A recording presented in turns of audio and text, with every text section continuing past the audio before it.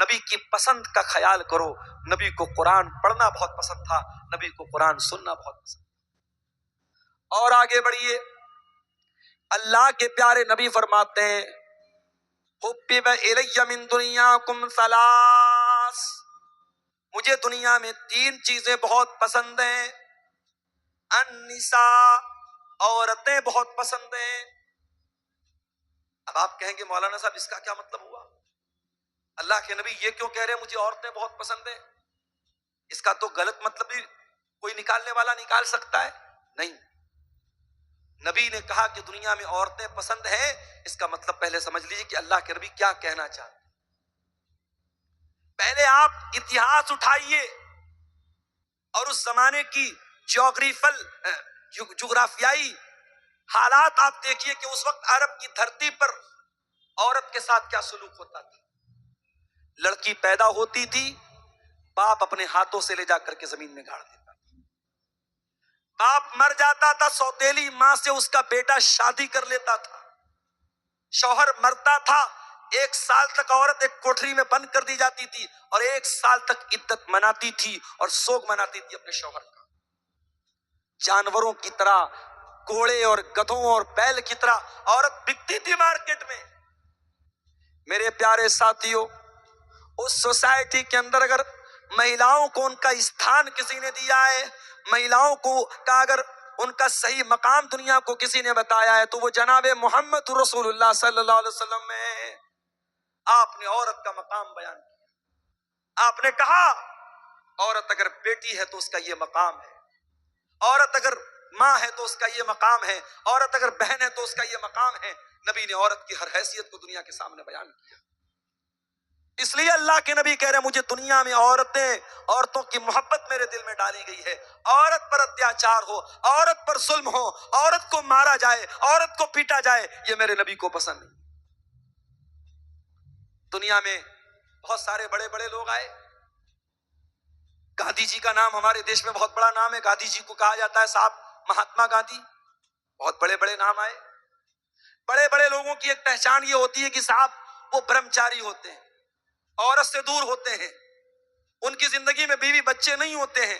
ہمارے نبی نے ہم کو یہ نہیں سکھایا. ہمارے نبی نے شادی بھی کی, ہمارے نبی کے بچے بھی پیدا ہوئے. تو اللہ کے نبی کہہ رہے مجھے دنیا میں عورت بہت پسند ہے. النساء والطیب, اور دوسری چیز جو مجھے بہت زیادہ پسند ہے, خوشبو بہت پسند ہے.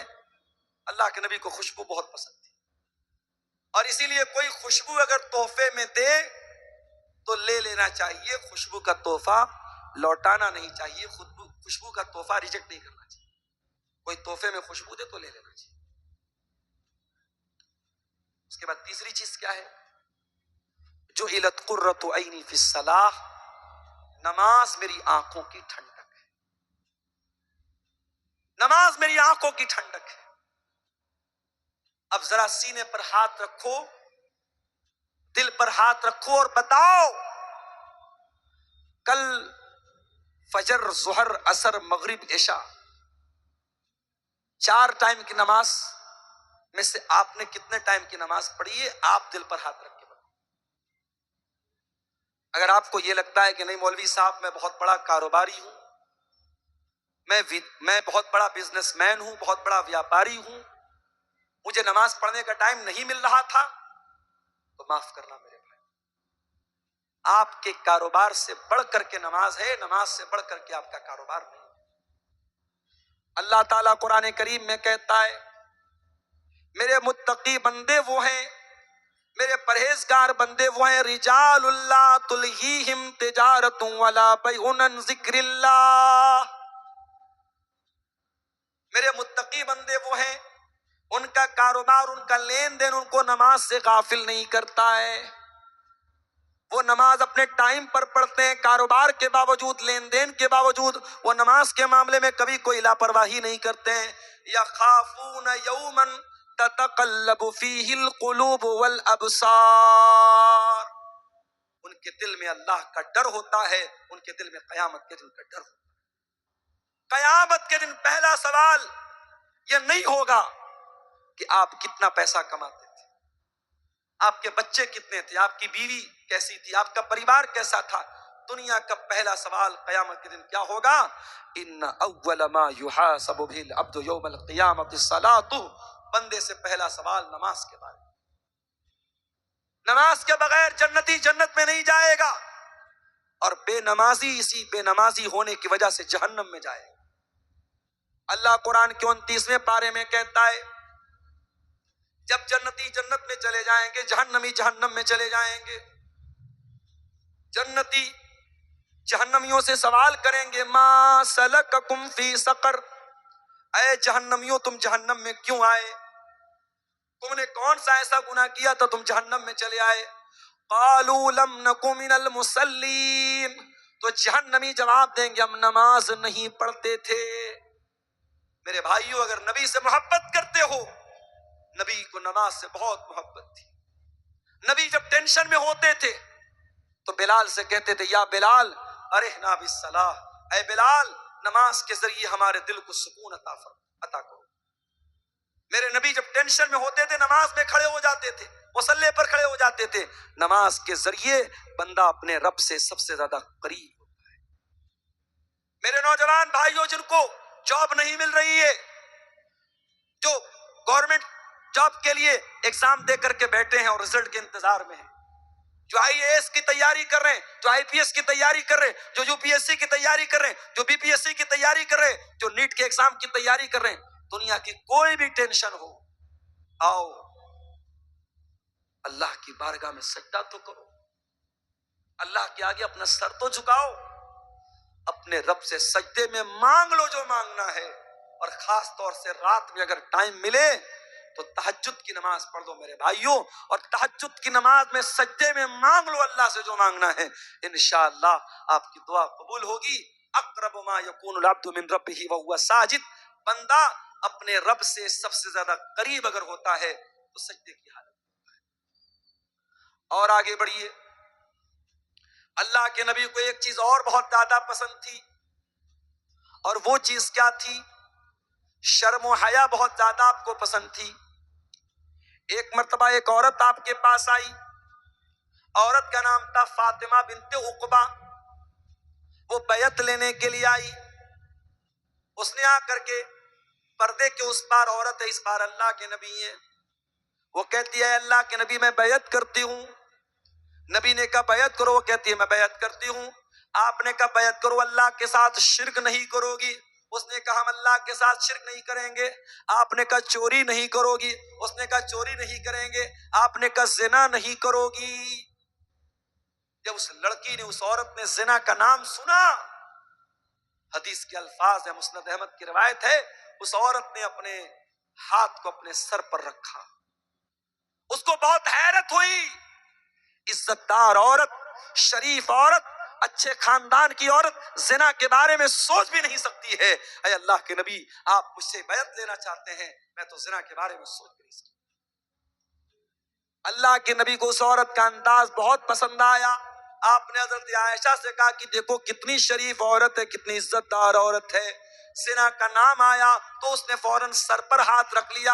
اس کے لیے یہ تصور کے باہر کی بات ہے، یہ سپوز بھی نہیں کر سکتی، یہ سوچ بھی نہیں سکتی کہ زنا کرے گی وہ عورت. اور آج حالات کیا ہیں؟ آج حالات یہ ہیں کہ پہلے کے دور میں پورے گاؤں میں، پورے علاقے میں اگر کسی کے بارے میں یہ سن لیا جائے کہ وہ غلط کام کر رہا ہے یا وہ لڑکی غلط کام کر رہی ہے، پورا گاؤں تھوکتا تھا اس لڑکا اور لڑکی کے اوپر. اور آج حالات یہ ہے میرے بھائی، حالات یہ ہیں گرل فرینڈ بوائے فرینڈ، یہ کلچر عام ہوتا چلا جا رہا ہے. اور آج زناکاری اور بدکاری کو پروموٹ کیا جا رہا ہے. آج ریلوے اسٹیشن پر چلے جاؤ، بڑے بڑے پارکوں میں چلے جاؤ، بڑے بڑے ہوٹلوں میں چلے جاؤ، مسلمان لڑکیاں، مسلمان لڑکے آپ کو اس لعنت میں، اس برائی میں، اس دلدل میں مبتلا نظر آئیں گے. میرے بھائی زنا سے اپنے آپ کو بچاؤ میرے بھائیوں. اللہ کے نبی بے حیائی کو بہت زیادہ ناپسند کرتے تھے اور حیا کو بہت زیادہ پسند کرتے تھے. اور آگے بڑھیے. اللہ کے نبی کو ایک چیز اور بہت زیادہ پسند تھی، اور وہ چیز یہ تھی کہ اللہ کے پیارے نبی کبھی کسی کو نہ نہیں کرتے تھے. سخاوت بہت کرتے تھے اللہ کے، بہت سخی تھے آپ، بہت پیسے والے تو نہیں تھے، بہت دولت والے تو نہیں تھے، مگر جتنا اللہ نے نوازا تھا آپ اللہ کی راہ میں خرچ کر دیتے تھے۔ اپنے انتقال سے ایک دن پہلے اللہ کے نبی نے اپنے سارے ہتھیار مسلمانوں کو دے دیے، جو بھی تیر تھے تلوار تھے سب مسلمانوں کو ہبہ کر دیے، دے دیے۔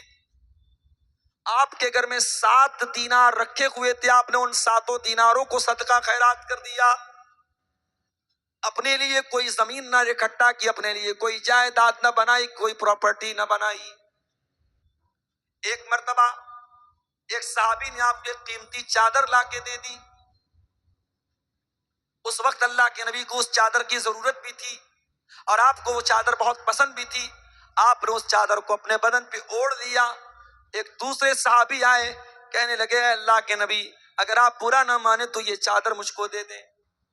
صحابہ کرام کو بہت برا لگا کہ اللہ کے نبی کو اس چادر کی ضرورت بھی ہے اور اللہ کے نبی کو وہ چادر پسند بھی ہے، اور صحابی جانتے ہیں کہ اللہ کے نبی کسی کو نہ نہیں کرتے، پھر بھی وہ چادر مانگ رہے ہیں۔ انہوں نے کہا اللہ کے نبی اگر آپ مجھے اپنی یہ چادر دے دیں تو بڑا اچھا ہوگا۔ نبی نے اپنے بدن کی وہ چادر اتاری اور صحابی کو دے دی۔ جیسے ہی نبی نے صحابی کو چادر دے دی، صحابی نے چادر کو چوم لیا، کہا اے اللہ کے نبی میں یہ چادر اوڑھنے کے لیے نہیں مانگ رہا تھا، میں یہ چادر پہننے کے لیے نہیں مانگ رہا تھا، چونکہ یہ چادر آپ نے اوڑھی ہے، آپ کی باڈی سے یہ چادر ٹچ ہوئی ہے، آپ کے بدن پر یہ چادر اوڑھی گئی ہے، میں چاہتا ہوں کہ جب میں انتقال کر جاؤں، جب میں دنیا سے چلا جاؤں، میرے کفن میں اس چادر کو استعمال کیا جائے، میرے کفن میں اس چادر کو یوز کیا جائے۔ مگر مسئلہ یاد رکھیے گا، نبی کے بدن کو اللہ تعالیٰ نے برکت والا بنایا تھا، اور نبی کے بدن سے تبرک حاصل صحابہ کرام کرتے تھے۔ اب کسی ایرے گہرے نتھو خیرے آج کے دور کے کسی عالم، کسی امام، کسی پیر، کسی بزرگ کو یہ ادھیکار نہیں ہے کہ اس کے بدن کو لوگ برکت والا سمجھیں اور اس کے بدن کا اترا ہوا کپڑا اس کو لوگ برکت والا سمجھ کے پہنے۔ اس کی اجازت نہیں ہے۔ یہ چیز نبی کے ساتھ خاص تھی، صحابہ کے ساتھ خاص تھی۔ صحابہ نبی کے بدن کو برکت والا سمجھتے تھے اور نبی نے ان کو منع بھی نہیں کیا۔ بعد میں کسی کے انسان کے لیے اس کی پرمیشن نہیں۔ تو نبی کو کنجوس لوگ پسند نہیں تھے۔ ایک صحابی اللہ کے نبی کے پاس آئے، بہت میلا کچیلا کپڑا پہنے ہوئے تھے، بڑا پھٹا پرانا کپڑا پہنے ہوئے تھے۔ آپ نے پوچھا الک من مال، کیا تیرے پاس مال و دولت ہے، پیسہ ہے، روپیہ ہے؟ کہا اللہ کے نبی بہت پیسہ ہے، اتنے اونٹ ہے، اتنے گائے، اتنے بیل، اتنے بکریاں ہیں۔ آپ نے فرمایا جب اتنے پیسے والا تو ہے تو یہ پھٹا پرانا کپڑا کیوں پہن کے آیا ہے؟ اے میرے صحابی، جب اللہ تعالیٰ تم کو کوئی نعمت دیتا ہے تو اللہ تعالیٰ یہ چاہتا ہے کہ وہ نعمت تمہارے بدن پہ نظر آئے۔ کچھ لوگوں کو میں نے دیکھا سرکاری نوکری کر رہے ہیں، مدرسے میں، اسکول میں، 50,000 60,000 روپیہ مہینہ تنخواہ ہے، مگر ان کی نیت میں اتنی کنجوسی ہے 10 روپے کی چائے پلانا بھی ان کے لیے بہت مشکل ہے۔ اور وہ چاہیں تو کار خرید سکتے ہیں، مگر وہ اپنے گھر سے مدرسہ یا اسکول سائیکل چلا کے جاتے ہیں۔ یعنی ایک انسان 5,000 روپیہ مہینہ کما رہا ہے، اس کے مقابلے میں یہ 50-60,000 روپیہ مہینہ کما رہا ہے۔ اس کا لائف اسٹائل اور اچھا ہونا چاہیے، مگر یہ اور کنجوس ہوتا چلا جاتا ہے۔ یاد رکھو میرے بھائی، اگر اللہ تعالیٰ آپ کو نعمت دیتا ہے، اگر اللہ نے آپ کو دولت والا بنایا ہے تو آپ کی ویش بھوشا سے، آپ کے کپڑے سے، آپ کی ڈریس سے یہ پتہ لگنا چاہیے کہ ہاں اللہ نے آپ کو نوازا ہے۔ یہ اسلام میں کوئی اچھی چیز نہیں ہے کہ آپ پیسے والے ہیں اور پھٹا پرانا میلا کچیلا کپڑا پہنے۔ اس بات کی اسلام کے اندر اللہ کے نبی نے اس کو پسند نہیں کیا ہے۔ نبی نے پسند کیا کیا ہے؟ جب اللہ تعالیٰ نے آپ کو کوئی نعمت دی ہے تو وہ نعمت آپ کے اوپر نظر آنی چاہیے۔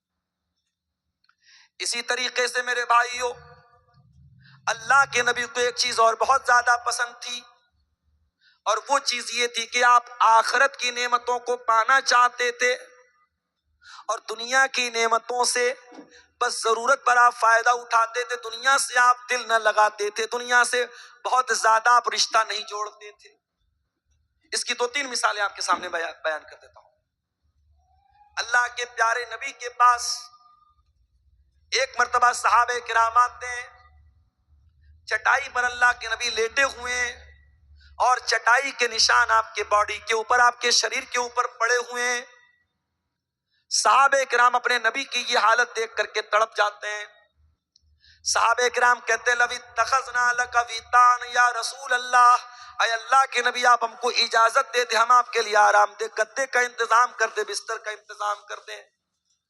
آپ نے فرمایا مالی ولی دنیا، اے میرے صحابہ میرا دنیا سے کیا لینا دینا ہے؟ ما انا الا کراکب استظل تحت شجرۃ ثم راح فترکها، اے میرے صحابہ میں تو دنیا میں اس مسافر کی طرح ہوں جو سفر پہ نکلا ہے اور کسی پیڑ کی چھاؤں میں آرام کر رہا ہے، اور تھوڑی دیر وہ آرام کرتا ہے پھر اپنی منزل کی طرف چلا جاتا ہے۔ اے میرے صحابہ یہ دنیا میرے لیے وقتی آرام کرنے کی جگہ ہے، یہ دنیا میری منزل نہیں ہے، یہ میری آرام کرنے کی جگہ ہے، یہ میرا آخری ٹھکانہ نہیں ہے۔ یہ اللہ کے نبی کا مزاج تھا، یہ اللہ کے نبی کی پسند تھی۔ اور آگے بڑھیے، ایک مرتبہ حضرت عمر آتے ہیں اللہ کے نبی کے کمرے میں۔ نبی کا کمرہ ہے، ایک چٹائی بچھی ہوئی ہے، ایک لکڑی کا پیالہ رکھا ہوا ہے، کنارے تھوڑی سی جو رکھی ہوئی ہے، ایک چمڑے کا تھیلا ہے جس میں پانی بھرا ہوا ہے۔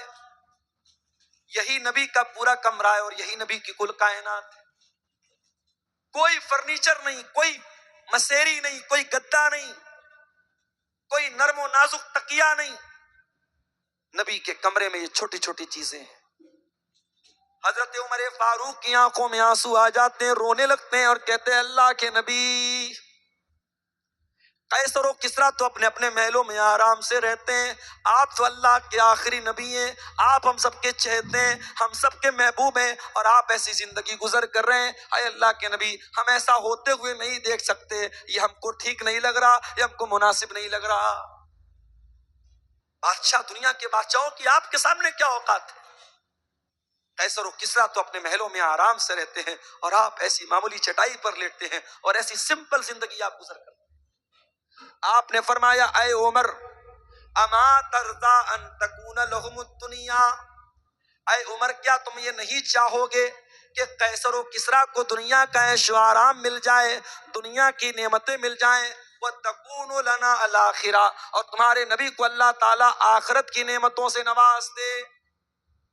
اے عمر تمہارا نبی دنیا بنانے کے لیے نہیں آیا، تمہارا نبی آخرت بنانے کے لیے آیا۔ میرے بھائیوں اسی نبی کا کلمہ ہم اور آپ پڑھتے ہیں، ہم اور آپ غور کریں 24 گھنٹے کو ہم ڈیوائیڈ کریں کہ 24 گھنٹے میں کتنے گھنٹے ہم دنیا کو دیتے ہیں اور کتنے گھنٹے آخرت کو دیتے ہیں۔ رات میں بستر پہ سونے جاؤ تو سوچو بچوں کے لیے یہ زمین بنا دیا، یہ جائیداد بنا دیا، یہ کر دیا، وہ کر دیا، بینک میں اتنا بیلنس بنا دیا، اتنا پیسہ بیوی کو دے دیا، اتنا پیسہ بچوں کے لیے بنا دیا۔ قبر کی زندگی کے لیے آپ نے کیا کیا؟ آخرت کی زندگی کے لیے آپ نے کیا کیا؟ قیامت کے دن کو اللہ کی بارگاہ میں جواب دینے کے لیے آپ نے کیا تیاری کر کے رکھی ہے؟ اسی لیے اللہ قرآن میں کہتا ہے یا ایھا الذین آمنوا اتقوا اللہ ولتنظر نفس ما قدمت لغد واتقوا اللہ، اے ایمان والو اللہ سے ڈرو اور ہر انسان غور کرے کہ اس نے کل کے لیے کیا تیاری کی ہے۔ کل کے لیے آپ کے پاس کیا پلان ہے؟ آخرت کے لیے آپ کے پاس کیا پلان ہے؟ قبر کی زندگی کے لیے آپ کے پاس کیا پلان ہے؟ دنیا میں لوگوں کو خوش کرنے کے چکر میں ہم حرام کام بھی کرتے ہیں۔ لڑکی کی شادی ہو رہی ہے، لڑکے کی شادی ہو رہی ہے۔ بنارس میں بھی ایک شادی میں میں نے شادی اٹینڈ کی، جس ہال کے اندر شادی تھی، جس میرج لان کے اندر شادی تھی، لوگوں نے بتایا کہ 8 لاکھ روپے کا لون تھا۔ 8 لاکھ روپیہ صرف اس جگہ کا کرایہ تھا جہاں پہ وہ شادی ہو رہی تھی، ولیمہ ہو رہا تھا، اور ولیمہ میں جو طرح طرح کے کھانے تھے 40 لاکھ روپے کا کھانا تھا۔ امت کے کتنے غریب آج بھوک سے مر رہے ہیں، کتنے لوگوں کے پاس ڈھنگ کا مکان نہیں ہے، سر چھپانے کو چھت نہیں ہے، کتنی غریب بچیاں ہیں ان کے ماں باپ کے پاس اپنی بچی کی شادی کا انتظام نہیں ہے، اور 40 لاکھ روپے کا کھانا، اور وہ کھانا بھی آدمی 30% کھاتا ہے، 70% ڈسٹ بن میں پھینکا جاتا ہے وہ کھانا۔ میرے پیارے ساتھیوں یاد رکھو، ثم لتسألن یومئذ عن النعیم، اللہ نے اگر کوئی نعمت دی ہے آپ کو تو اس نعمت کا حساب ہمیں قیامت کے دن دینا پڑے گا۔ ہم اور آپ یہ تصور کریں اور سوچیں کہ اللہ نے ٹھیک ہے ہم کو دولت سے نوازا ہے، پیسہ ہے ہمارے پاس، مگر ایک دن کی شان و شوکت کے لیے پانی کی طرح پیسہ بہانا، اور جہاں دولت کی ضرورت ہے، جہاں سرمایے کی ضرورت ہے، جہاں پیسے کی ضرورت ہے، وہاں اپنے دل کو چھوٹا کر لینا، میرے بھائیوں یہ اچھی بات نہیں ہے۔ نبی نے ہمیں یہ سبق دیا کہ دنیا سے نہیں آخرت سے دل لگاؤ اور آخرت کی تیاری۔ اب آئیے تقریر کے دوسرے پوائنٹ کی طرف، اللہ کے نبی کو کیا ناپسند تھا، جلدی جلدی دو چار چیزیں دیکھ لیتے ہیں۔ اللہ کے نبی فرماتے ہیں ان ابغضکم الی وابعدکم منی مجلسا یوم القیامت اسوؤکم اخلاقا۔ غور سے سنیے گا، اللہ کے نبی فرما رہے ہیں کہ سب سے زیادہ میں کسی سے نفرت کرتا ہوں، اور سب سے زیادہ قیامت کے دن اگر کوئی مجھ سے دور رہے گا تو وہ انسان رہے گا جس کے اخلاق برے ہوں۔ اپنے اہل حدیث بھائیوں کو یہ پیغام دینا چاہوں، عقیدے میں ایک نمبر ہو، منہج میں ایک نمبر ہو، سنتوں پر عمل کے معاملے میں ایک نمبر ہو، اخلاق میں بھی ایک نمبر بن جاؤ میرے بھائی۔ آج ہم اخلاق میں بہت پیچھے، جب کوئی ہم سے ملتا ہے ہمارا عقیدہ بعد میں دیکھتا ہے، ہمارا منہج بعد میں دیکھتا ہے، ہماری نماز کا طریقہ بعد میں دیکھتا ہے، ہماری وچار دھارا کو بعد میں دیکھتا ہے، ہمارے نظریات کو بعد میں دیکھتا ہے۔ پہلے وہ ہمارے اخلاق کو دیکھتا ہے، ہمارے کیریکٹر کو دیکھتا ہے، ہماری بول چال کو دیکھتا ہے، ہمارے طور طریقوں کو دیکھتا ہے۔ اس لیے پہلے اپنے کیریکٹر اور اخلاق کو اچھا بناؤ۔ اللہ کے نبی کہہ رہے ہیں جس کا اخلاق برا ہوگا قیامت کے دن وہ سب سے زیادہ مجھ سے دور رہے گا۔ نمازی بن گئے آپ، ماشاءاللہ چہرے پر شرعی داڑھی آ گئی، ماتھے پر سجدے کا نشان آ گیا، مگر زبان پر گالی ہے، بدتمیزی ہے، دھوکہ دھڑی ہے۔ بڑی داڑھی ہونے کے باوجود اور ماتھے پر سجدے کا نشان ہونے کے باوجود اگر آپ کا اخلاق گڑبڑ ہے تو قیامت کے دن میرے پیارے ساتھیوں ہمیں اور آپ کو پچھتانا پڑ جائے گا۔ اللہ کے نبی فرماتے ہیں ما من شیء فی المیزان اثقل من حسن الخلق، اللہ کے میزان عمل پر، اللہ کے ترازو پر اگر سب سے بھاری اور سب سے وزندار اگر کوئی چیز ہوگی تو وہ انسان کے بہترین اخلاق ہوں گے۔ اپنے اخلاق کو بہتر بنا لو، انشاءاللہ قیامت کے دن آپ کی نیکیوں کا پلڑا بھاری ہو جائے گا اور اللہ کے میزان عمل پر آپ کا